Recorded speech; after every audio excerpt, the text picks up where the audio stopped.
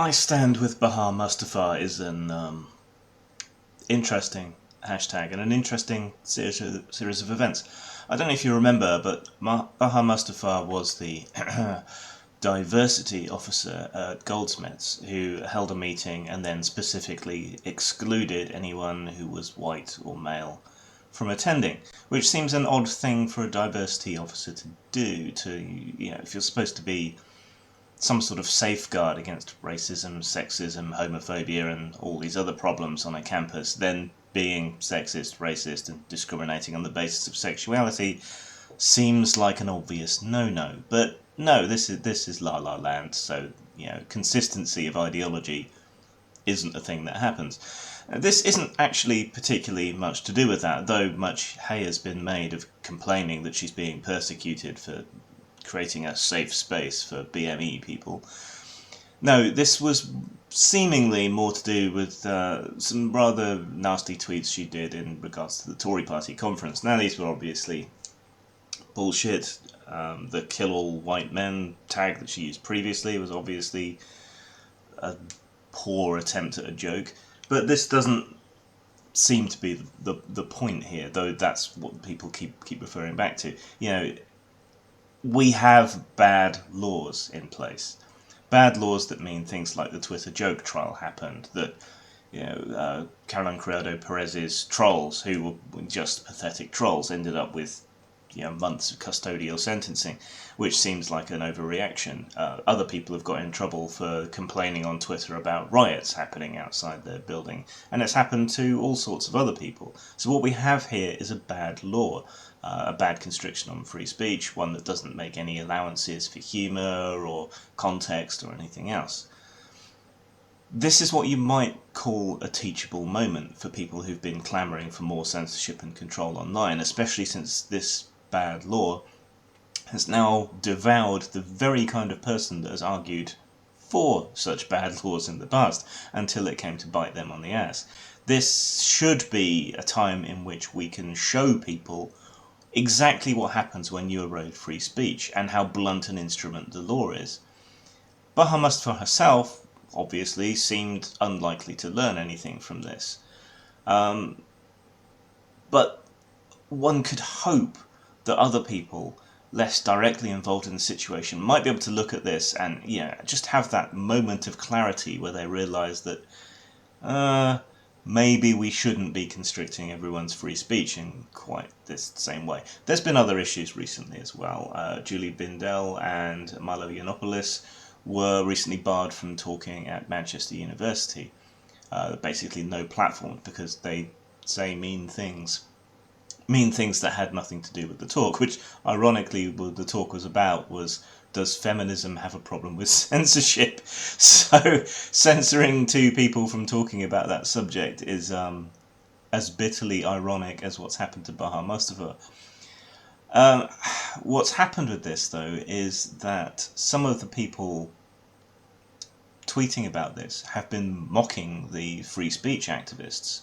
Where are you? Are you going to stand with Bahar Mustafa? Well, again, the irony is that a lot of them have been. I certainly have been. A huge number of people from Gamergate leapt straight onto this and said, yep, she's a cunt, but she should be allowed to be a cunt.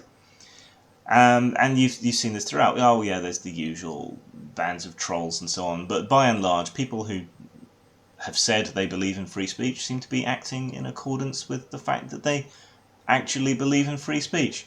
Who'd have thunk it?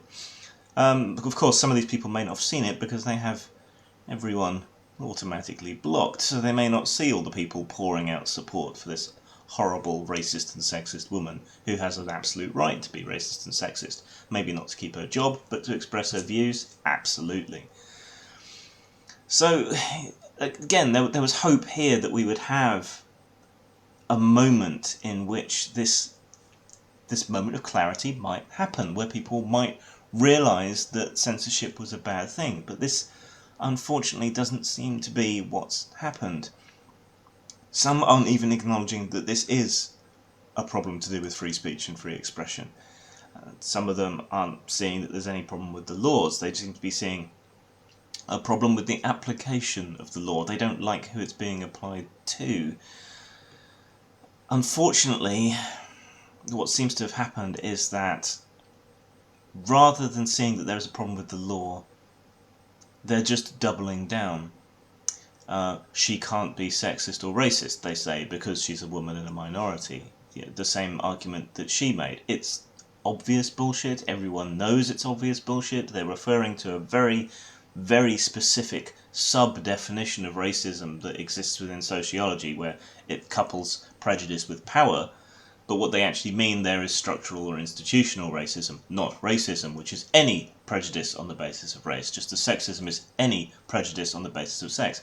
But no, what they're trying to do is to say, well, she can't possibly have said anything racist or sexist.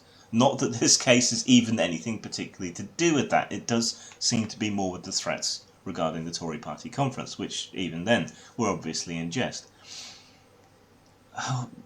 What they seem to be engaging in is a case of special pleading, then, in that because she is a woman and because she is a minority, the law should somehow not apply to her.